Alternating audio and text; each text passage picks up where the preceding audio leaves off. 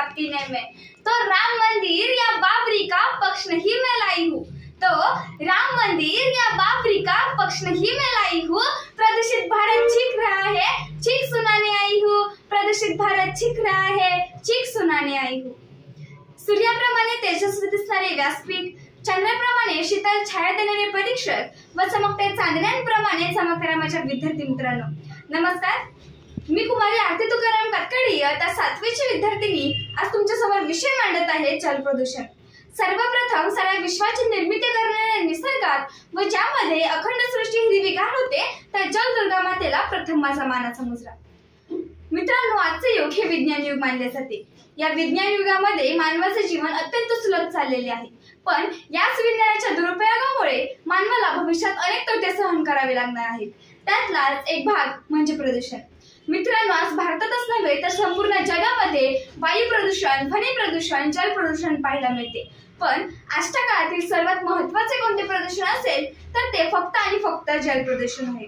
मित्रांनो, आज जाईल की ते जल प्रदूषण म्हणतात, पण हे जल प्रदूषण म्हणजे आहे तरी काय?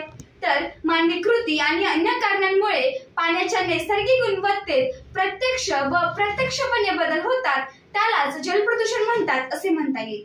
विज्ञानही अंग चोरून विचारते शास्त्रज्ञाला, सांग तुझा आता आहे का पाण्याला पर्याय नवा?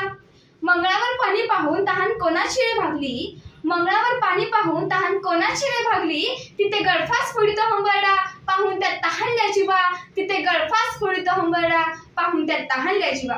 मित्रांनो, 21व्या शतकाकडे प्रगतीच्या वाटचालीच्या दिशेने घोडदौड करण्याच्या वेगात या नदी माता जल देवतेवर नाही तर होत नाहीये ना, त्यांचं स्वातंत्र्य आपण धोक्यात आणत नाहीयेत ना, याची पडताळणी करण्याची गरज भासू लागलेली आहे। नदीचे प्रदूषण हा फार चिंतेचा विषय झालेला आहे। त्याला अनेक घटक कारणीभूत आहेत। प्रत्येक जण, अगदी आपण सुद्धा कचरा आणि विना उपयोगी सामग्री नदीत टाकणं हा सर्वत्र स्थायी भाव झालेला आहे। त्यावर कोणाचेही बंधन राहिलेले नाही। जिस देश में गंगा बहती है उस देश का मैं रहवासी हूँ, असं आपण अभिमानाने म्हणतो। पण मित्रांनो, तीच गंगा नदी आज आपण किती प्रदूषित केलेली आहे याचा जरा आपण विचार करायला हवा। पण मित्रांनो, एवढंच काय तर आज नद्यांमध्ये तर स्त्रिया कपडे धुतात, माणसे जनावरे गाड्या धुतात, मुलं अंघोळ करतात, यामुळे सुद्धा नदीचे प्रदूषण होते। आणि जर असंच चालत राहिलं ना तर भविष्यामध्ये आपल्याला वेगवेगळ्या आजारांना तोंड द्यावे लागेल। पण मित्रांनो, आज नद्यांचंच नाही तर महासागरांचे सुद्धा प्रदूषण खूप वाढलेले आहे। जहाजांमधून निघणारे तेल, खनिज काढताना पाण्यात टाकलेले केमिकल्स यामुळे सुद्धा महासागरांचे प्रदूषण होते। आणि जर असं चालत राहिलं तर पाण्याचा पृष्ठभाग हा संपूर्णपणे कचरा आणि केमिकल्समुळे संपूर्णपणे झाकून जाऊ शकतो।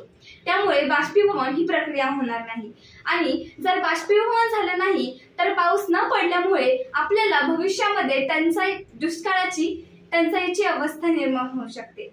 मित्रांनो, आजोबांनी पाणी पाहिले नदीमध्ये, वडिलांनी पाणी पाहिले विहिरीमध्ये, आपण पाहताय नळामध्ये, आपली मुले पाहतील बाटलीमध्ये, आपली नातवंडे पाहतील कॅप्सूलमध्ये, आणि जर आपण असंच दुर्लक्ष करत राहिलो ना तर भविष्य पाणी पाहिल फक्त अश्रूंमध्ये।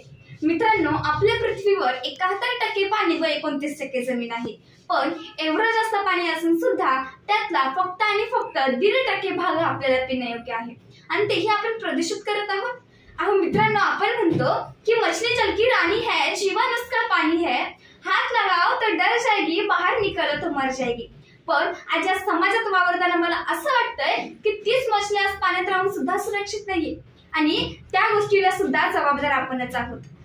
जे पाणी आपल्या जन्मापासून ते शेवटच्या मरणाच्या क्षणापर्यंत आपल्या सोबत असतं त्याचं आपण प्रदूषण करतो। अजूनही वेळ गेलेली नाहीये। मला सांगा, जर आपण आतापर्यंत पाण्याचं महत्त्व जाणून घेतलं असतं आणि हे पाण्याचं प्रदूषणच केलं नसतं तर आज या जगांना हा विषय देण्याची गरजच पडली नसती। म्हणून उठा, जागी व्हा, जेवढं होईल तेवढं जल प्रदूषण टाळा, कारण जर पाणी नसेल तर आपण जगू शकत नाही। आपल्या शरीराला पाण्याची खूप आवश्यकता असते, म्हणून पाणी अडवा, पाणी जिरवा आणि जल प्रदूषण टाळा। शेवटी मी आयोजकांचे खूप आभार मानेन, कारण त्यांनी आम्हाला हा विषय दिला। या विषयामुळे आज आपण किती प्रदूषण करतोय हे आम्हाला समजले। शेवटी जाता मी एवढंच म्हणेन की जल ही जीवन है, पानी है गुनों की खान, पानी ही तो सब कुछ है, पानी है धरती की शान। पर्यावरण को आज न बचाया गया तो वह दिन जल्दी आएगा। पर्यावरण को आज न बचाया गया तो वह दिन जल्द ही आएगा जब पृथ्वी पर हर एक इंसान बस पानी पानी चिल्लाएगा, जब पृथ्वी पर हर एक इंसान बस पानी पानी चिल्लाएगा। धन्यवाद।